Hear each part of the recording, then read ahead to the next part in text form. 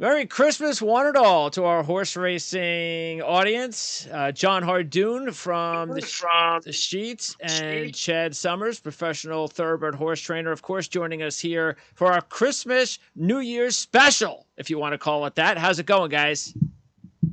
Good. No picks today. That's what the special means. We'll be back on Saturday for our special pick show. And I say it's a special pick show because we're going to be doing races on Monday. We've never done a Monday race card before, but that's because obviously the weekend, the way that it is, we are going to handicap races from Santa Anita. So looking forward to that. That'll be available on Saturday. That's a big opening day. Everyone waits all year for opening day at Santa Anita, the day after Christmas. And congratulations to Chad. He had a good weekend last week. So way to go, Chadwick. Well, thanks. And Santa Anita's opening weekend will always be a special place to me. We got a chance to win the Malibu a few years ago, and it's special. It's different to win. With the history that there is in some of those races like the Malibu, and if you look at the winners of that race, it's really a who's who in thoroughbred racing. It's pretty cool, actually. It's been a staple of good horses running in a year out. When do we get a chance? Because last season, is it still considered this season? We've had a very disappointing West Coast run of races. Is it now like, have we turned the page and maybe we're hoping that? No, it's going to be the same. The problem is, in California, it's difficult to get out there. And while our main plane kind of transportation is down in Tech Sutton, it's very tough to get out there. And so there's just the horse population's not there. They've done a tremendous job of trying to recruit horses out there, ship and win strategies, and the money's better than it is at some other places, but it's tough. It's tough to go out there, and the cost of living out there is tough. I don't see anything turning around unless there's more stables out there, and right now it's Bob Baffert and Doug O'Neill and everybody else. I mean, when we did the races at Del Mar a couple of weeks ago, at least the fields were they bigger. have certain meets. They have certain meets that they do very well at. Del Mar is one of them because they have, like Chad said, they have the ship and win program. Problem is that they have racing regulations that are crazy that turn people off from coming. And listen, if you're in New York, you have a bunch of feeder tracks. You can get horses from Parks, from Laurel, from Delaware, all within 100-mile radius. But in California, the closest track is Golden Gate Fields. And, when you go to Golden Gate, it's like you can't do at Santa Anita, so you ship to Golden Gate. So you don't really have horses coming in, and that's the problem. All right, so they're going to be 3 grade 1s, 3 grade 2s. That's on Monday. Keep that in mind. We will be on the air on Saturday. We're going to pick 2 races. I've got the picks this week, so I'm looking forward to that. And as Chad mentioned, so out of the American Oaks, the La Brea, and the Run Happy Malibu Stakes, those 3 grade 1s, which is the top grade 1? The Malibu, the Malibu, and when we talk today and we talk about kind of the year in review and what to look forward to, the Malibu is an important race because it's the return of Taiba, and Taiba, of course, kind of came in with like a wrecking ball, as Miley Cyrus would say, to kind of start the year with a bang and run a Kentucky Derby in just his 3rd start, win a grade 1 in his 2nd start, ran well in the Breeders' Cup Classic, kind of losing effort to Flightline, but with the retiring, horses, the moving of the old and the in with the new, Taiba might be kind of, that early number 1 kind of horse for next year on a lot of people's radar. And it's a 7-furlong race. It's shorter than he's used to going. But it's an important race for Taiba to kind of set everything down, especially with the loss of Slowdown Andy not going in the race. Also, they're telling everybody to hold off on entering their Eclipse Awards, because if Taiba wins, he will now have 3 grade 1s, and he'll probably win 3-year-old of the year if he wins that race. They say that, John, and we won the Malibu, and I promise you, everybody already voted before we ran the race. That's probably why they specifically told everyone, hold off on your votes. I mean, that's just what I'm thinking. All right. I don't know. Well, when we get back on to our regular Saturday races, on the 31st, I think we might be going back to Gulfstream Park because we haven't done Gulfstream in a while. And Gulfstream has a bunch of grade 3 races and one grade 2, the Fort Lauderdale Stakes on the 31st. So it'd be good to go. Their championship meet begins Monday. So. Okay.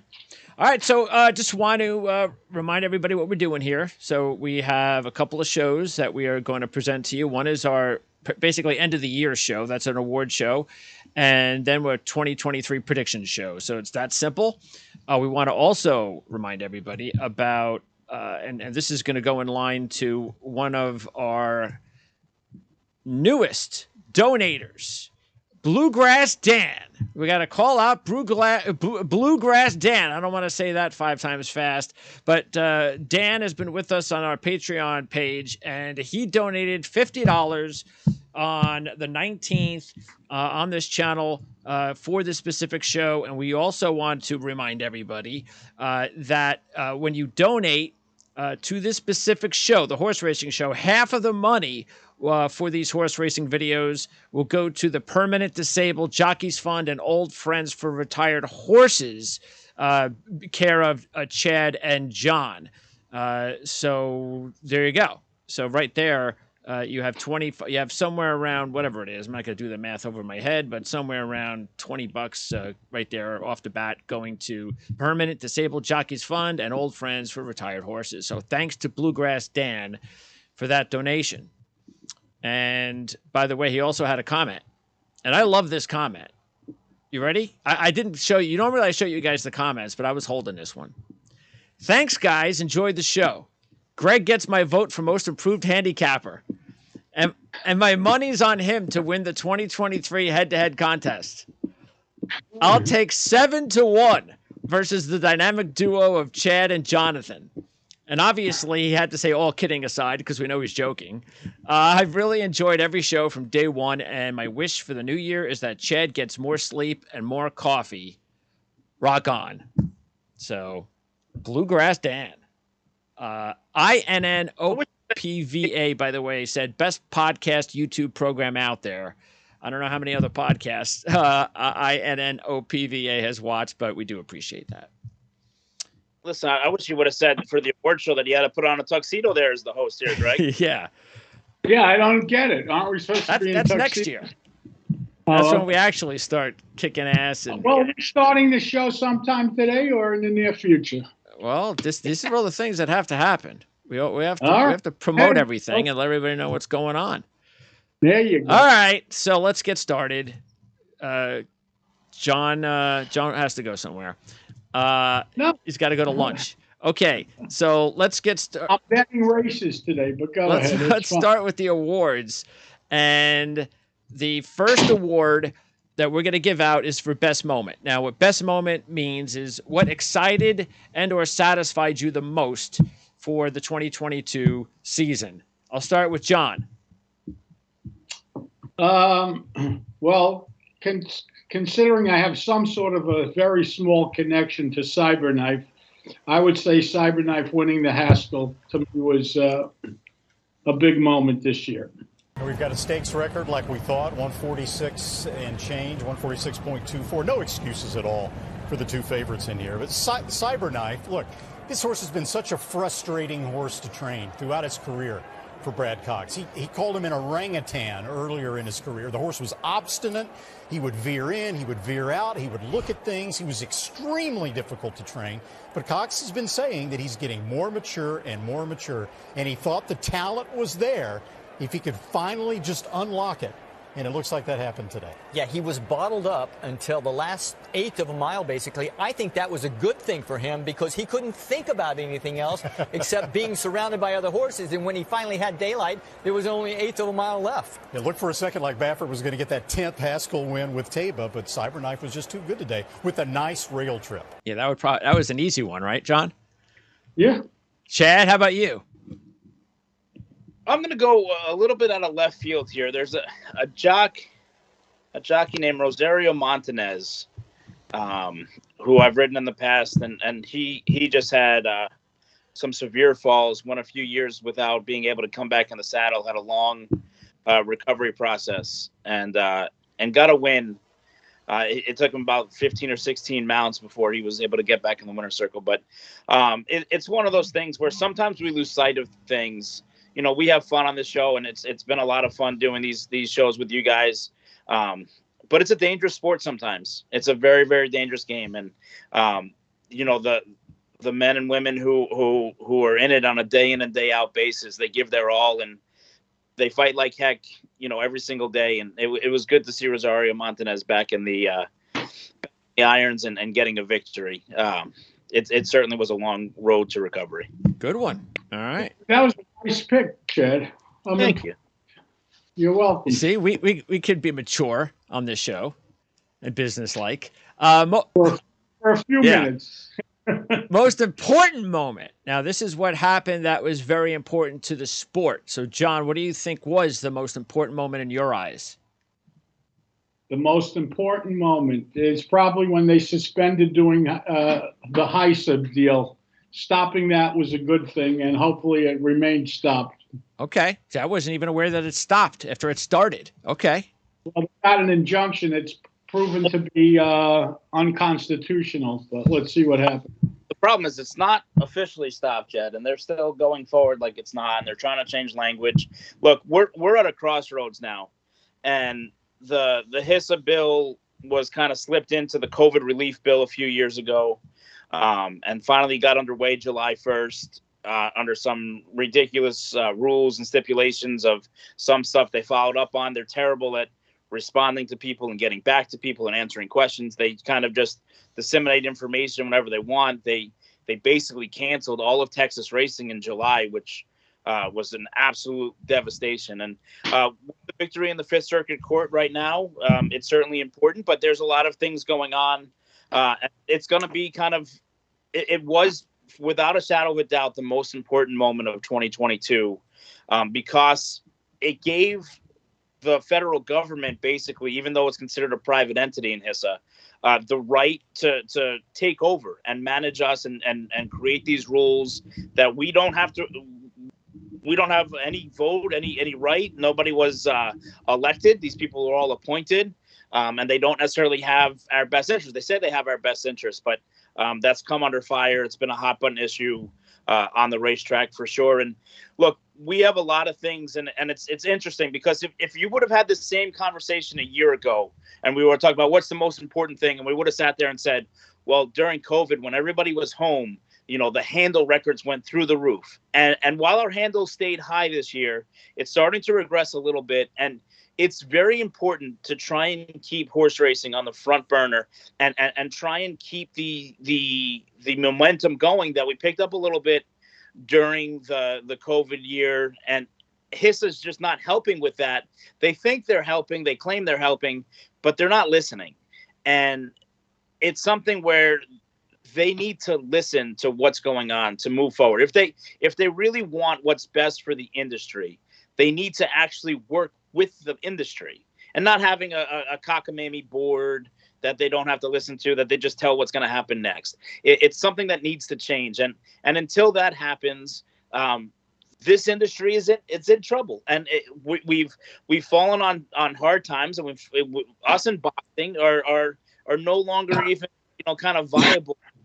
Whenever you look at ESPN on the bottom line, unless it's the Kentucky Derby, unless it's the Breeders' Cup, there's no scroll going on who won the big race for the weekend or whatever. And look, with FanDuel TV coming in and taking over TVG, next year is going to be interesting. You know, are they going to get away from from horse racing? Are they going to integrate it? Obviously, now on their platform, you can gamble on horse racing through FanDuel. DraftKings has made a deal with CDI, Churchill Downs Incorporated.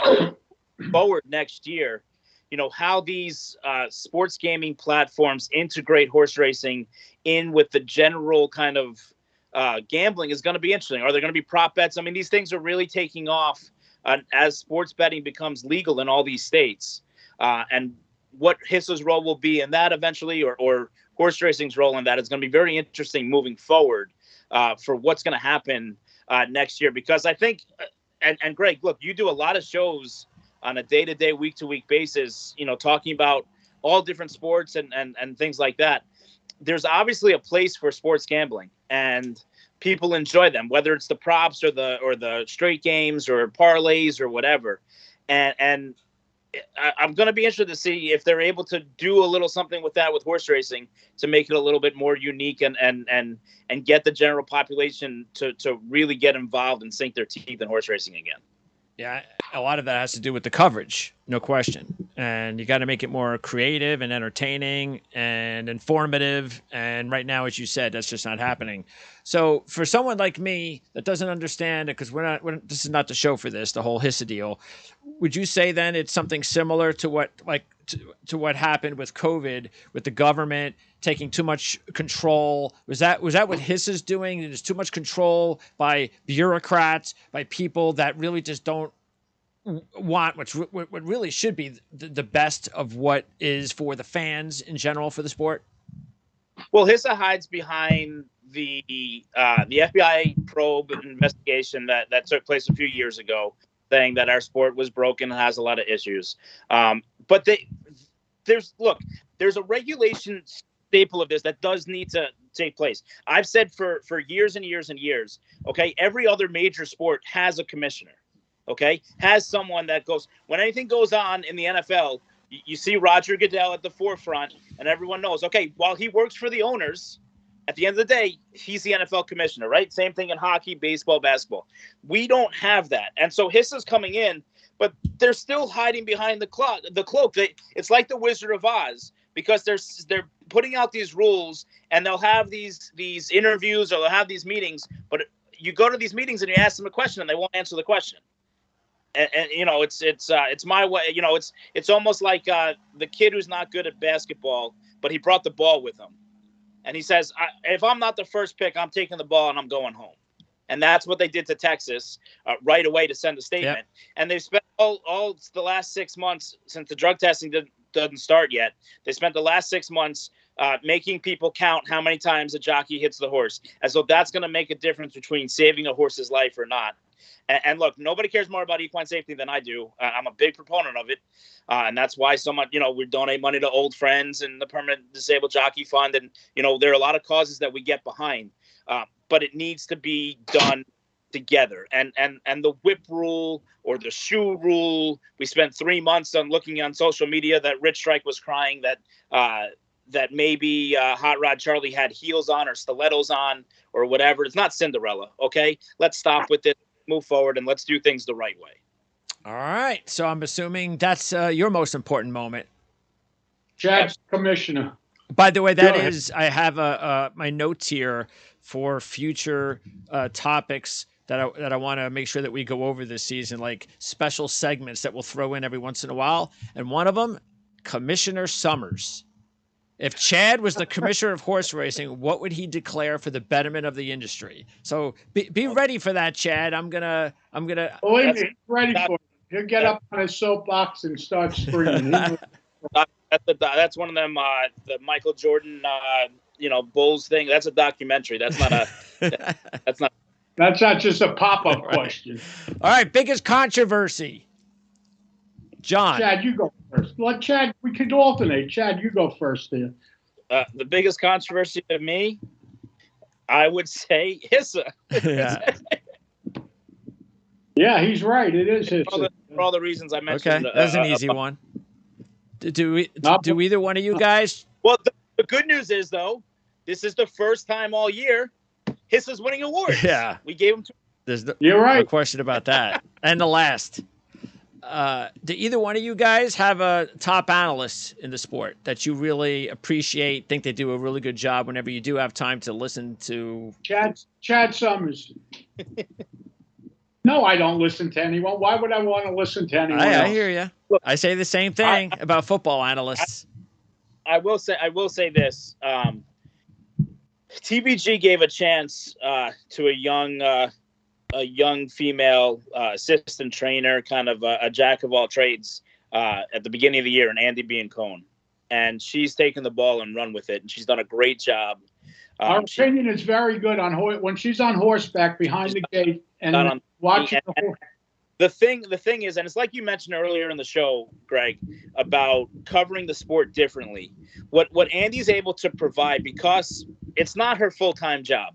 She works for her father, Patrick Biancone, in the morning time. She's galloping horses and training horses and treating horses and shipping around the country with the horses.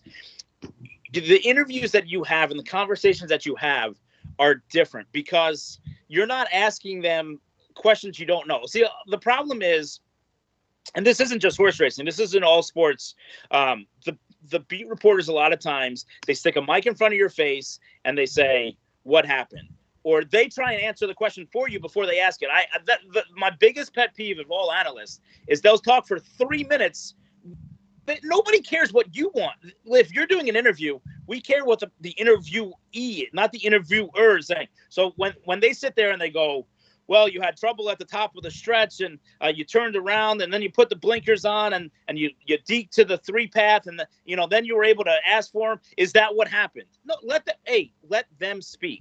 And what Andy does is she takes her knowledge and her friendships and her connections, and she just gives them the mic and let them go with it. And that's where we get things. Look, people enjoyed when we talked about a few weeks ago, horse was shipping up to Aqueduct, and we talked about the horse was nervous and needed a goat. That's not something that a typical analyst is going to give you, right? They're going to sit there and just they'll give you the speed numbers or they'll give you whatever. They're not going to give you inside scoop. And the inside stuff, to me, the inside the NFL, the hard knock shows, those kind of things are really what makes this kind of pop. By the way, you were right about that horse, Chad. You said he was scratching, and he did scratch. Just pointing it out. I give a shout out to Andy Biancone. Okay. Well, I'll done. be contacting Andy to see if we can get her on our show. Okay. I'm going to present her the award. Okay. So now we'll go back to you, John. Race of the year. Okay. We'll start off with a good one. And you don't have to just say one. If you have a couple, and then your top one, give us races of the years. Race of the year. All right. Well, certainly the Pacific Classic, where Flightline won off the screen. Then the Breeders' Cup Mile was a great race when Cody's Wish got up to win by a head. And the best race of the year was probably the Breeders' Cup Classic, when once again Flightline put on a performance. Those are the three. So I'm going to agree with you on the Breeders' Cup Classic. I couldn't give the Pacific Classic the race of the year, despite the overwhelming impressiveness of it, just because there was nobody else, and it was just Flightline versus himself, which was great. But the Classic, to me, when Life is Good did what we wanted Life is Good to do. He battled him, he challenged him, he made him run. And there's a picture out there. It's to me, it's almost similar to the Secretariat. Unfortunately, Bob Coglanese passed away earlier this week, who was the official track photographer for New York Racing in Florida. But he took that Secretariat picture where Ron Turcotte's looking behind him. That was the cover of Sports Illustrated. That actually got voted the picture of the century. Which is a pretty cool honor. And certainly, our thoughts and prayers to his son, Adam, and the rest of his family for the passing for Bob. But the Breeders' Cup Classic, Flavian Pratt kind of did the same thing. Once he put Life is Good away and he turned for home and he's looking like, where is everybody? Life is Good by a length. Flightline on the outside second. 8 back to Hot Rod Charlie. Then Taban to the outside.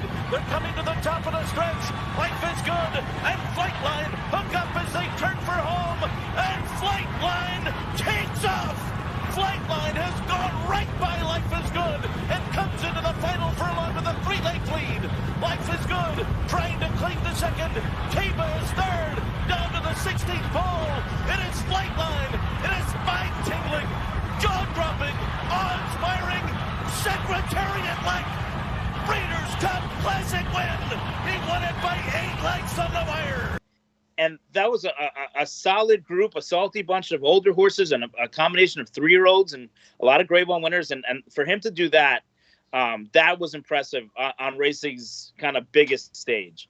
To me, I think you add in the Breeders' Cup Distaff earlier on the card, 3 heads on the wire. You're talking about deciding a championship honor for fillies, more than likely.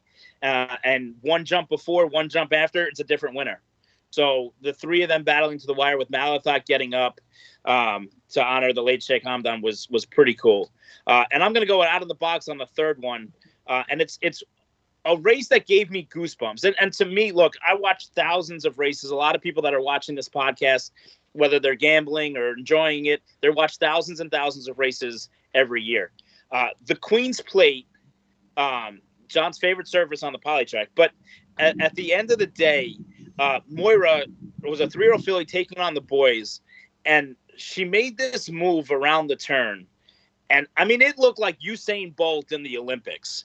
I mean, it was just, I got chills. And here comes the filly, Moira, and she's exploding down the outside, and in the blink of an eye has raced to the front, and it's Moira out in a lead 2 lengths, racing home his Hall of Dreams down the outside. But the mighty filly has devastated them, and the 163rd Queen's Plate is a big win for Moira. She is stunning, wins 6 lengths. And so I don't get chills often watching races. It just kind of becomes the norm, the course of you watch it every day, whatever. And for her to do that, I wasn't expecting it, even though she'd run well previously against her own gender. What she did in the Queen's Plate was pretty special and pretty cool. So a little bit out of the box, but I went with the Queen's Plate as my third pick. But I'm going to go with John. Breeders' Cup Classic. I know it's kind of cliche, whatever, but it was the race of the year. Okay. Queen's Plate, where was that? Canada. And that horse? What year? What bred? What kind of horse? She's a thoroughbred. She's a 3-year-old filly.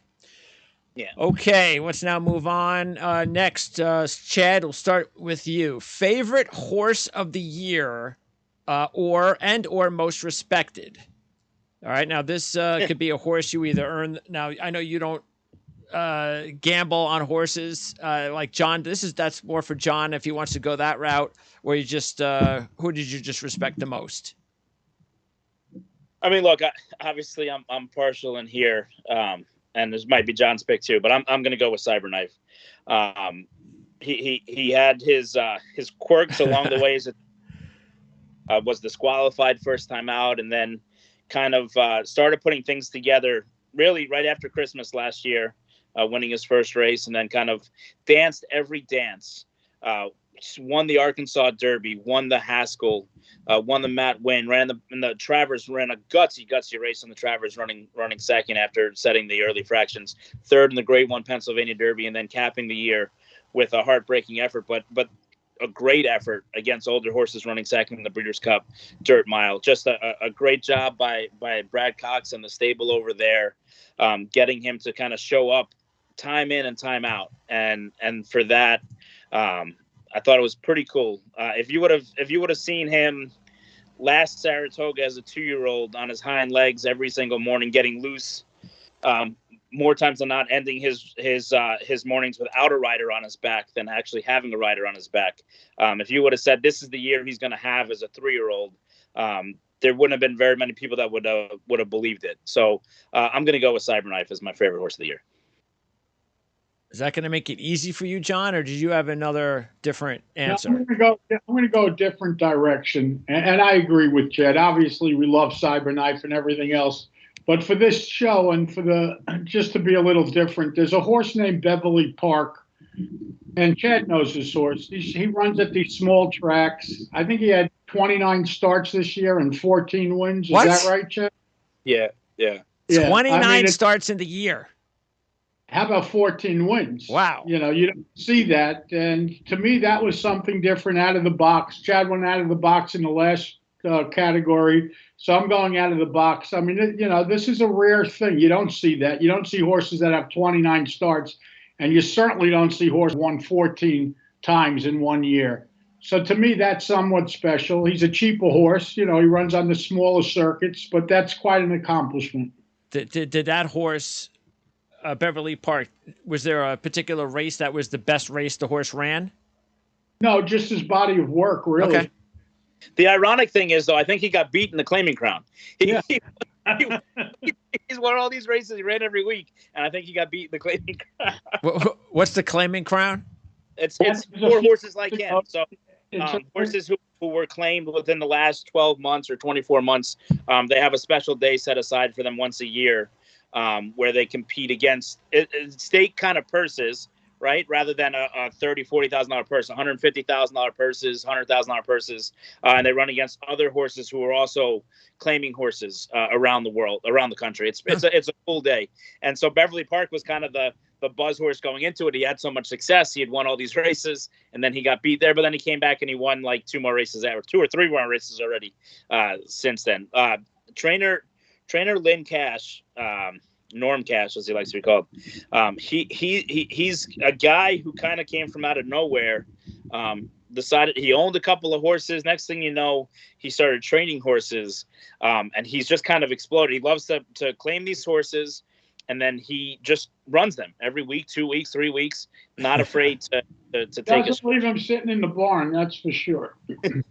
What did he race at a particular track more than another? He had races all over. We had horses. We discussed horses with him last week from Aqueduct. I mean, he always has horses everywhere. Yeah, Beverly Park, I think, ran maybe in 7 or 8 different tracks during that. He's the if there's an award for him moving forward, we'll call it the Motel 6 award. He's the miles on it as well. Okay, I'll stick with John. John, pretty much the same kind of criteria for horse of the year, favorite horse of the year, but we're going to do favorite long shot horse of the year. And this could just be anything like, hey, you know what? I made a lot of money off this horse at 20-1, so I remember that horse. Or it could be just a respected horse that you remember as like, hey, it could be the obvious from the Kentucky Derby, but I'll leave it up to you guys. Okay. Well, I'm going to go with a horse named Ready, Set, Go. Daisy Delight coming on late in the gold sleeves. Wide open. Ready, Jet, Go at the rail. Here comes Daisy Delight flying. Daisy Delight on the outside. Flame Magoon. Daisy Delight in the yellow. Daisy Delight. Ready, Jet, Go. Ready, Jet, Go. Held on. This horse won the 5th race at Santa Anita about 3 months ago, and it capped off a really nice pick 5 that I hit. And for that reason, it was the biggest pick 5 I hit all year. And awesome. For that reason, that's my favorite horse. Ready, Set, Go. Yep. Chad? Look, I'm going to go obvious here. You have to go Red Strike. And they're into the stretch, and it's Messier, Crown Pride, and Epicenter is coming up on the outside. Epicenter has taken the lead as they arrive into the final furlong. Sandon is coming after him. Epicenter and Sandon, these two, stride for stride. Simplification down the outside is next. They're coming down to the wire. Epicenter, Sandon, Rich Strike is coming up on the inside. Oh my goodness, the longest shot has won the Kentucky Derby. Rich Strike has done it. Okay, we spent an hour discussing the Kentucky Derby on this show before the and I think we mentioned Rich Strike for maybe 3 words. Anything at Rich Strike that you think might be interesting, Chad? Yeah, if you're betting who might finish last in the race, Rich Strike would have a good chance. That Derby, for whatever reason, the stars aligned. Maybe they run that race 10 times and he only wins the 1. But the victory, the way he did it, the calm composure that jockey Sonny Leone, who nobody knew who he was, showed. The horse wasn't even. They thought the horse was scratched before the entry because he was on the also eligible list. They didn't even tell him he got in. And then lo and behold, here he is and he wins. And just crazy bananas story. The payouts were extreme. If you liked the color or you liked Rich Strike, he was a former claimer, a $30,000 claim the year earlier. So everybody thinks that they can win the Derby next year. Now it's not just for the blue blood. So now 18,000 horses think that they're still alive to win the Derby next year. It was just an out of the box crazy thing. And you know what? The rest of the year, while he might be a disappointment to some because he's the Derby winner, and with that, you carry a certain kind of je ne sais quoi about you. You know, it's different. Oh, here's the Derby winner. Here's the Derby winner. But he was such an unrespected horse after the Derby when he didn't run as great in the Belmont Stakes that I thought his second half of the year was actually was okay. He ran respectable in the Travers. He ran very, very good in the Lucas Classic, even though Sonny Leone tried to ride 2 horses in the race by jumping on the back of Hot Rod Charlie. And I didn't think his Breeders' Cup Classic was that bad. So, but look, he hasn't won, Chad. He hasn't come close to winning. No, I mean, I don't know. This is long shot. This is long shot. Okay. He's not a finalist for Horse of the Year, just long shot. And that's what he was. That's what those connections were. And they had their day, right? Everyone minutes. Whether he's going to get a 5-minute extension next year, we'll find out. But he certainly enjoyed the heck out of his 15 minutes. Okay, next up, Chad, most disappointing horse of the year. Look, you can go a lot of different places on this. I went kind of in the obvious, and it's so obvious that everyone forgot about it. I'm going to go with a horse named Corniche. Corniche was the Breeders' Cup champion last year, won the Juvenile for Bob Baffert. Now moving up right alongside of Corniche as they come to the final furlong. Corniche with something left. Giant Game off the rail. Papa Cap trying to split those two, but it's Corniche. He's just too good. Corniche wins the Breeders' Cup Juvenile. And then it was Papa Cap in second. Giant Game was third. Command Performance fourth. And Corniche does not disappoint as your favorite in the TVG Breeders' Cup Juvenile presented by the Thoroughbred Aftercare Alliance. What a run under Hall of Famer Mike Smith, Caton. Was a take no prisoners kind of a ride and race, and it pays off in a huge way. Corniche was very quick out of the gate. The world is his oyster. He's the Derby favorite in all the future books and everything else. Who's going to train the horse with all the controversy with Baffert being suspended for the Derby? Meanwhile, he's on the farm. He's on the farm. He's on the farm. Never left the farm. Finally leaves the farm. People don't even remember. He's so disappointing that I don't even think people remember that he ran once this year. He ended up in the barn of Todd Pletcher at Saratoga. He ran one time, and he was awful. And he was promptly retired, I think, that day, next day. And we don't know what happened. No, I mean, they said he had a bad foot after the race, but I don't know what happened throughout the course of the year with everything that was going on. But if you go from being the early winter book favorite for the Kentucky Derby, you don't even run the first half of the year, don't even make it to the track. And then you finally run one time, you ran awful and you disappeared. I mean, that's as disappointing here as you can possibly have. And how do you spell the horse's name? Corniche, Corniche. Got it. All right. Now, go ahead, Chad. You got some other consolation disappointments? Oh, I can go on and on, but we'll just leave it with Corniche. All right, John. I don't really have one, to be honest with you. You know what? Even though this is going to be strange, but Epicenter really was a disappointment because everyone, even though he won a Grade 1, he won the Travers. Everyone expected him to really, have an easy time of it in the Triple Crown races, and he didn't. He didn't run well.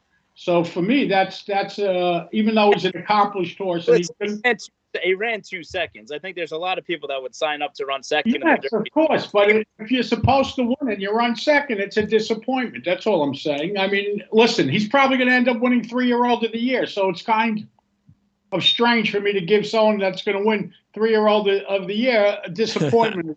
But that's just the way I'm looking at it. I think it parlays, though, into maybe the disappointment of the year is going to be trainer Steve Asmussen not winning the Derby with Epicenter, because that's the one thing left on his Rolodex that he hasn't won yet. He's in the Hall of Fame. He's 37 wins short of 10,000 in his career. He's already the all-time winningest trainer of all time. He's won Breeders' Cup races. He won Dubai World Cup races. He's won everything but the Derby, and the Derby's eluded him. And when they turn for home, if you tell him where Epicenter was sitting in the race, all you have to do is hold off Rich Strike, who at the time is in 15th place. I think he'll sign up for that every day of the week. So that, I think, is the disappointment, because that's the one thing more than anything else that I think Steve Asmussen just you don't need anymore. It was almost like Messi in the World Cup. Messi's going to go down as one of the top 5 football players of all time.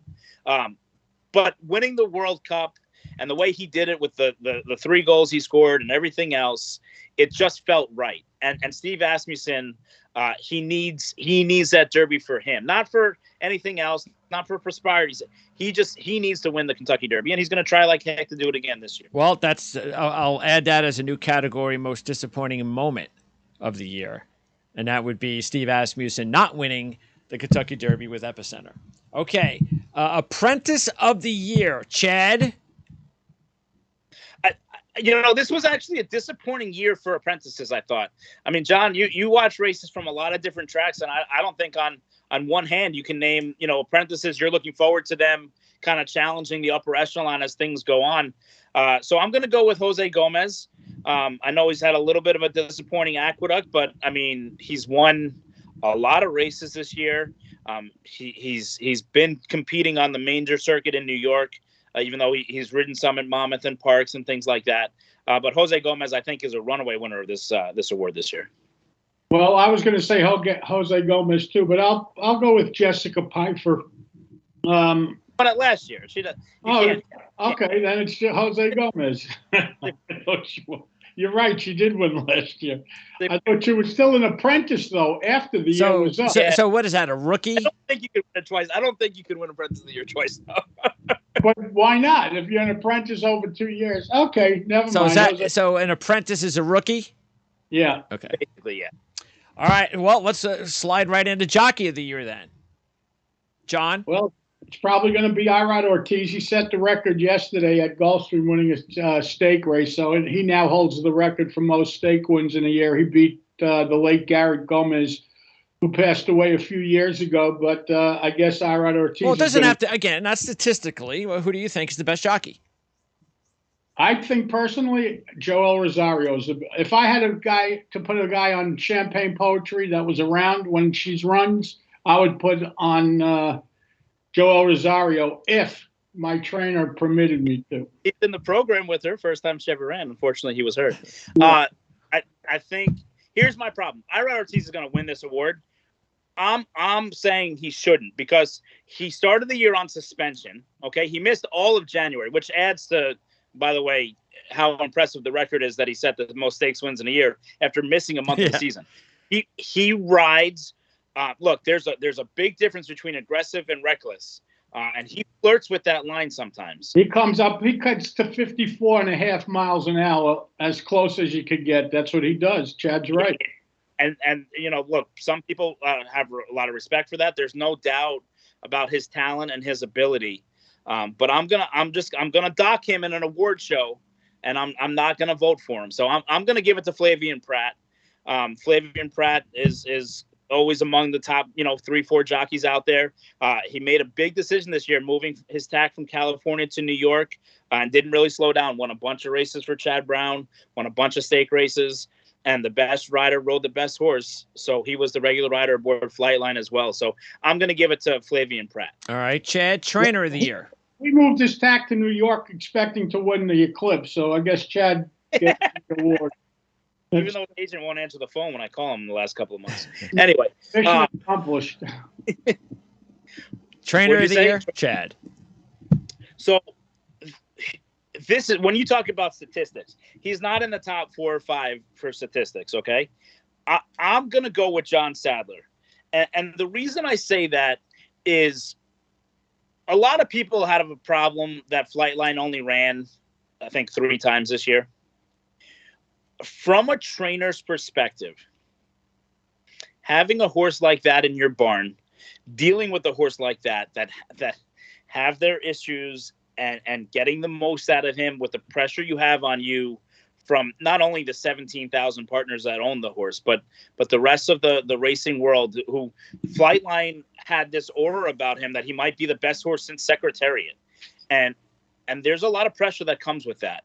And he got the horse to show up and show out every time this year. He shipped him, which I applaud. He shipped him to New York for the Met Mile out of the comforts of home. He won the big race in California, and then he shipped him again to Keeneland and won the Breeders' Cup against the best horses. So to me, the job that John Sadler did with that horse, and he won other races along the year. Don't get me wrong. He ended up having 3 horses in the Breeders' Cup and everything else. It might have been a regular down year for John Sadler outside of his barn.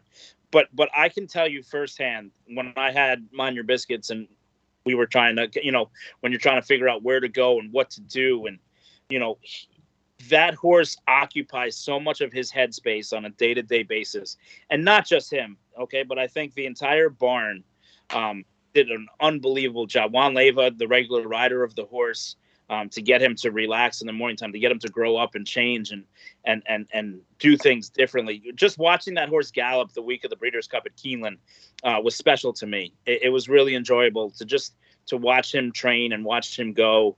And he just showed up and showed out. And I have to applaud John Sadler for the job he did with that horse. And in a year where, even though the numbers are so stupendous for Todd Pletcher and Chad Brown and Steve Asmussen and Brad Cox, and Bill Mott had a great Breeders' Cup day, it was, believe it or not, it was a down year for all of those trainers. They didn't win. It didn't feel like that, even though the numbers will say Todd Pletcher won a trillion grade ones this year. It was a little bit of a down year for all those barns. And I just thought the job that John Sadler did with Flightline and running the rest of his barn, and to get those owners, not a lot of those owners are comfortable not running their horses. Sometimes they like to see their silks on a day in and day out basis. To get them to say, listen, leave me alone. Let me take care of this horse, and you'll be happy with the results. And getting them to get along with each other and to listen to the trainer is no easy feat. So I'm going to give it to John Sadler. It's similar to like having a director that maybe he puts out that one movie a year. The other directors who's supposed to be in line for director of the year, they put up all this earnings and this is how much money we made. We did all these movies. And yet the one director, you give him the award because even though it was the best film and everybody loved it and it was a masterpiece, you had it and anything could have went wrong. You could have screwed it up. You could have hired the wrong actors. You could have hired the wrong editors, but you actually did what you were supposed to do. And that, like you said, it's just not easy to do. That's why it's ridiculous when Bill Belichick doesn't win Coach of the Year or didn't win Coach of the Year when he was every year when he was making that run with Tom Brady. It's like you can't not give him the award just because you think it's easy for what he's doing to have Tom Brady there and to do this, that, and the other thing. It's sometimes it's a great point, Chad. Sometimes it's you could screw up something a lot easier sometimes than not. I equate it to Ted Lasso, right? This show came from out of nowhere, and it was nominated for 20 awards, and it won everything. It won supporting actor, supporting actress, best actor, the best show. That's what Flightline was, and that's what Flightline should be, because he was so good this year. All right, John. I totally agree with Chad. I mean, people don't realize how hard it is to be, or how hard it was to be John Sadler. You know, I have one little horse, and every time the phone rings, it's like, oh, what bad news do you have for me? Believe me, no one was happier than John Sadler was when they retired Flightline. And people are going to think you're crazy. What do you mean? Everyone wants to train a horse like that. They do, but it comes to a point where I guarantee you he didn't sleep at night. So, I mean, Chad would know. He had Mind Your Biscuits, and, he only had to answer to himself and his dad. I guess they were partners on the horse. But when you have to deal with the public and everybody's watching him, and every time he goes out to work, and it's like all eyes were on him 24/7. He never got a break, Sadler. Never. He never got a break. Everyone always wanted to know about this horse, about this horse, about this horse. Photographers lined up in front of the barn to watch every time he comes out. That's not easy. And to do the job he did, he deserves a lot of credit. Yeah, he couldn't win, basically. He could only lose. Exactly. Yeah. These things, you don't realize it until you're involved in the game. And it's a big deal. It really is. And it's quite an accomplishment. Would you have a different winner then for Stable of the Year? You could give it to any group of Asmussen, Cox, Pletcher, Brown. They're all the same. You reach a certain category, a certain level, and it's really all the same. It's like, get me the best jockey. Well, if I have a choice between Ortiz, Rosario, Pratt, does it really make a difference? No. Any one of those three are capable. Same thing with the Barn of the Year. Any one of the barns I mentioned are entitled to win it because they all did phenomenal jobs. Here's the thing. I don't give the Sadler Barn Barn of the Year because the horse only ran 3 times. He only ran 3 times. So that's not enough. He doesn't qualify. So while he's the trainer of the year for the job he did, I'm going to go with Godolphin Stable of Sheikh Mohammed Al Maktoum as the best owner. Not only their Breeders' Cup weekend with Charlie Appleby, and then add in Bill Mott with Cody's Wish as well was just it was mind-boggling. It was spectacular. You got a horse that won his last prep in Germany to win the Breeders' Cup Turf. You never see that. I mean, just so many things went right.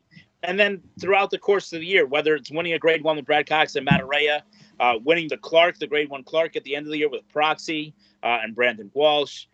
They had Santon, of course, winning the Arlington Million. Throughout the year, they just continue to show up all the time, not only racing's biggest races around the world, but they showed up here in America, and it culminated with an unbelievable weekend in the Breeders' Cup. All right. Our final 3. These are the big ones for the horses. We're going to start, Chad, with Horse of the Year for Philly. Philly Horse of the Year. You can give us a top 3 or just give us the winner. Yes, I'll give you 3. All right. Nest, as a 3-year-old filly, what she did, first of all, people forget. It's fun doing these wrap-up shows because it gives you a chance to reflect for a second. When we're doing things on a week-in, week-out basis, we're always looking ahead. Yeah. What are we doing Saturday? Even we started the show. Hey, we'll be back Saturday talking about the race.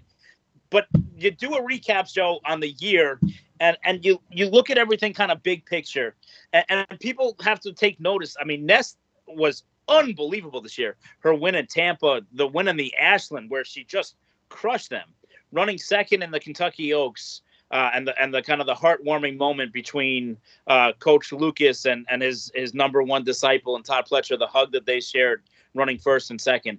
Then having the Wavos to run her against the boys in the Belmont Stakes, and she ran great. She ran second in the Belmont Stakes behind stablemate Mo Donegal, and then went to Saratoga and just dominated Secret Oath, who had beaten her in the Oaks. She got the best of her twice. It wasn't close. Then she took on older horses at the Belmont and Aqueduct meet, and she just toyed with them, winning by 6 lengths. A little bit came up a little short in the Breeders' Cup Distaff, but take nothing away from the year that she had. Clairiere, another one, great year. Person Lenson obviously was a disappointment getting left in the gate, but she broke through and got her Grade 1. And she was right there on the wire in the Breeders' Cup Distaff. And then the winner of the Breeders' Cup Distaff, Malathaat, despite not winning every time she ran, she put together a top level performance, and she came through in the biggest day, and she got her picture taken in the Breeders' Cup. So Malathaat is filly of the year, deservingly so, and goes out a 2-time champion, as she was 3-year-old champion last year, 3-year-old filly champion. So she'll go back to back, and now she sails off to the sunset and is going to be retired and be a mother. So really just a great job, and kudos, by the way, to the Shadwell stables to keep her in training as a 4-year-old. It was good to see, and she's a sweetheart. She's just a really cool horse. She's a lot of fun. So I was happy watching her train every morning at the 6:30 set at Saratoga. Was a lot of fun. John? I like Malathaat and Clairiere myself. I agree with Chad. I think, and obviously Nest is up there, but those are the 3 horses. I mean, you can't split them. They were all great, and I guess I give a slight edge to Malathaat. All right, John, and let's get your Horse of the Year for a male 3-year-old.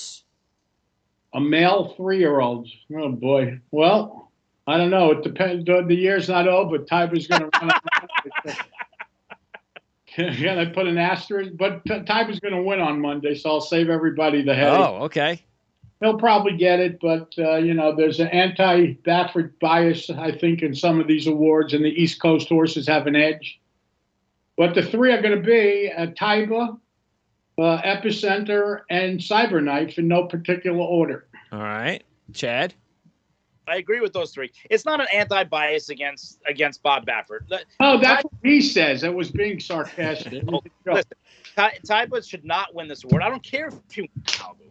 He was very selective with his races. First of all, he wins first time out. Great. He won a maiden race against 4 horses. He ran in the Santa Anita Derby, who I don't think anybody else in that race has ever come back to win another race. It ended up being a terrible race. Messier has been awful since that race.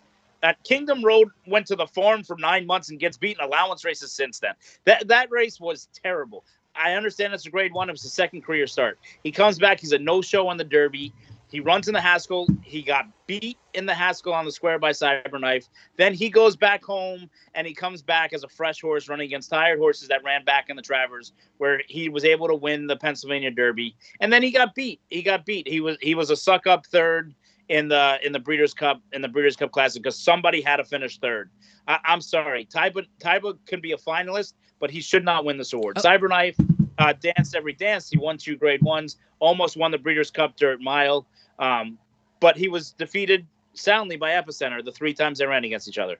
And here is Epicenter moving well right alongside. Epicenter on the outside of Cyberknife, and there's a 1/4 mile to the finish in the 153rd Run Happy Travers. Here is Epicenter now to take over the lead. Cyberknife is down at the rail and racing in second. Zandon has now moved into third. They pass the 8th pole. It is Epicenter in front, and he is at the top of the 3-year-old class. Epicenter won the Jim Dandy, and he backs it up with a very top-notch finish in the Run Happy Travers. Epicenter was the winner. The 1 1/4 went in 2 minutes and 3/5 seconds.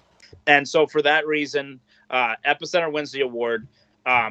Just because he came up a little short in the Derby and Preakness, he was still second, which is better than any of the other finalists. We're not talking about Rich Strike, or I don't even remember who won the Preakness at this stage. No, I'm just kidding. Early voting won the Preakness and was never to be seen from again, ran 2 terrible races. But it's Epicenter's award. It's unfortunate that he got hurt in the Breeders' Cup. You don't know what would have happened. He wasn't going to beat Flightline that day. Would he have beaten Taiba? Who knows? Doesn't matter. Body of work. He ran more times. He ran in tougher races. I go with Epicenter as 3-year-old Colt of the Year. All right, and then the final award, Horse of the Year. This is going to be easy. So we know who the number 1 horse is going to be, but just give us a top 3 so we make it a little bit more interesting. Chad. Well, I mean, the top 3, it's Flightline, it's Life is Good, and it's Olympiad. Olympiad ran second in the Breeders' Cup Classic, which might have been his best performance. Was really, really impressive when he won on Derby Day. He won the Stephen Foster. I mean, he danced every dance. He won the Woodward. Came up a little short in the Whitney, but overall body of work, had a really good year. Life is Good. People forget. And again, this goes with the aggressive riding of Irad Ortiz and his brother, his tag team partner, Jose Ortiz, kind of taking out Nick's Go at the start of the race. But Life is Good Pegasus at the start of the year was very, very impressive. And for him to rebound after the disappointing Dubai, winning the Whitney, he then won the I guess the Jockey Club or whatever race they call it now at Aqueduct. And then I applaud the Connections for trying to beat Flightline, because they took the race to him. They knew that was the only chance they had to try and win the race. It didn't work out. So where he finished to me is a moot point. I respect their efforts and their ability to try and take the race to Flightline early. So from a body of work perspective, it's difficult for Life is Good not to be among the finalists for Horse of the Year. I hope he will be. But ultimately, just like he did on that November 5th day, he will come up short to the horse that is Flightline. John? It's Flightline and all the rest. What is the difference? Flightline's going to win. I mean, you know. Yeah, that was an easy one. Yeah. I mean, anyone you want to pick for second and third, go ahead. Look, if Flightline, and this is an historic horse, so if Flightline wasn't here, who do you think would win it? Probably Olympiad, but close. It's close. Sure. Somebody's got to win it, though. So Olympiad. If Flightline wasn't here, Life is Good may have won 2 more races. So, you know, put that in the, that's right. In a mixture, too. Yep. So. All right, there you go. That's our first annual You know, we're going to look back in 10 years and go, wow, 10 years went by fast. Our 10th annual award show. Put this in a time capsule. So this is the first one.